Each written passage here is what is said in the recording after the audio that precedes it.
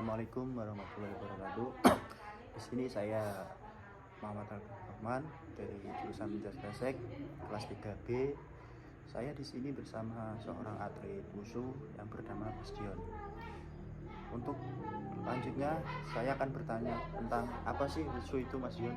Kalau boleh tahu. Wushu itu belajar dari Cina ya, tepatnya dari Tiongkok. Banyak yang mengira wushu itu sama kayak silat, jadi kayak silat, kayak ya silat-silat yang ada di Indonesia lah. Sebenarnya wushu itu beda banget sama silat-silat. Terus banyak biasanya kan di TV-TV berkeliaran juga ada film-film mengenai Wing Chun, film Jack Chan itu loh. Sebenarnya itu ya filmnya wushu, jadi alirannya itu mereka adalah Wing Chun. Di wushu itu ada banyak aliran. Yang pertama ada Tai Chi, Chang Chen, Nan Chen, terus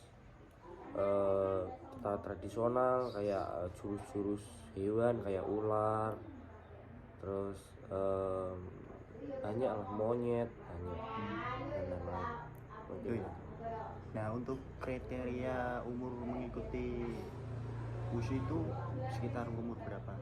Kalau bagusnya, jadi usia bagusnya itu anak-anak yang menginjak masuk usia TK, jadi sekitar usia 5, 6 atau 4 itu. Sebenarnya 4 itu ya agak sedikit susah sih, karena dari segi psikis mereka kan masih belum belum siap lah, mungkin banyak guyon, tapi ya nggak apa-apa, nanti mungkin dilatih dengan hal-hal yang mereka sukai kayak main game dan lain-lain. Nah, terus untuk kriteria saat melakukan perlombaan wushu itu apa saja?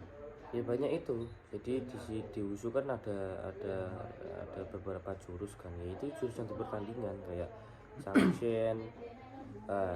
Jurus Changchen itu jurus yang diambil dari Cina bagian utara.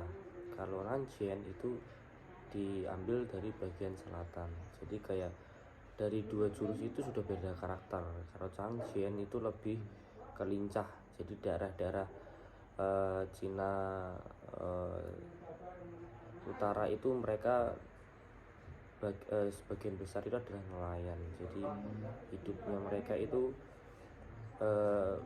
sebagiannya di nelayan. Jadi kayak kebutuhan gizi dan postur tubuh mereka itu berbeda dengan orang-orang Cina bagian selatan. Terus kalau di bagian selatan itu biasanya itu mereka adalah seorang petani, jadi orang-orang yang bekerja keras. Jadi dari segi bentuk badan itu sudah berbeda juga, lebih besar lah. Itu bedanya Changchen dan Nanchen. Terus untuk latihan dari yang Mas Dion lakukan itu hari apa saja? Saya latihan seminggu ada 5 kali. Ada 5 kali. Libur hanya hari Sabtu Minggu. Oke.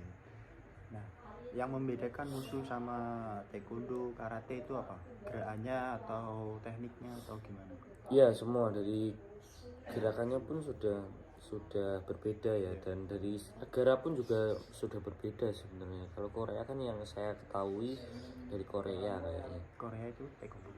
Iya, Korea itu taekwondo. Iya.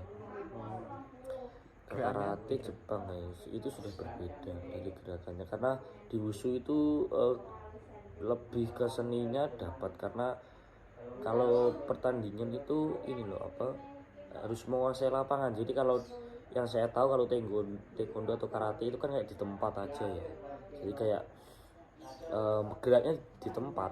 Jadi kalau kalau wushu, kalau masalah nanti bisa searching ya, nanti wushu nanti ya pasti mereka gerakannya akan lari ke sana, lari ke sini, terus bisa lompat, bisa ini gitu. Nah, untuk biasanya kan Mas Dion kan ngelatih anak kecil ya. bagaimana cara mengatasi kalau anak kecil itu berselisih paham.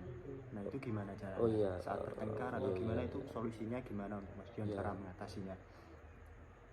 Iya ya, jadi saya juga sebenarnya bukan sekedar atlet, saya juga pelatih Iya.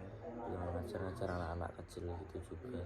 Kalau anak-anak seperti itu sebenarnya memang banyak sih yang saya temui seperti berselisih kayak bertengkar sama temannya. Ya kita sebagai pelatih atau guru pembimbing di situ ya harus menengahi. Mungkin kalau ada yang salah, ada yang mungkin bertengkar sama temannya, ya kita harus mengajarkan mereka untuk memaafkan. Jadi kayak jangan membiarkan mereka. Jadi apapun yang jadi masalah mereka ya kita selesaikan, terus kita ajari mereka cara untuk bertanggung jawab dan disiplin, saling memaafkan. Mungkin itu. Tuh.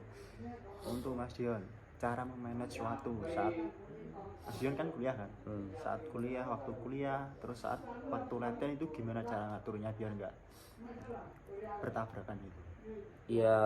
Ya berhubung ya, kuliahnya saya pagi, jadi sore itu bisa saya gunakan untuk latihan. Jadi saya pagi itu sampai siang, mungkin sampai siang itu kuliah, nanti masuk jam sore, jam setengah 4, mungkin jam 5 sampai malam, sampai batas maksimal itu jam 9 saya baru ngajar dan latihan.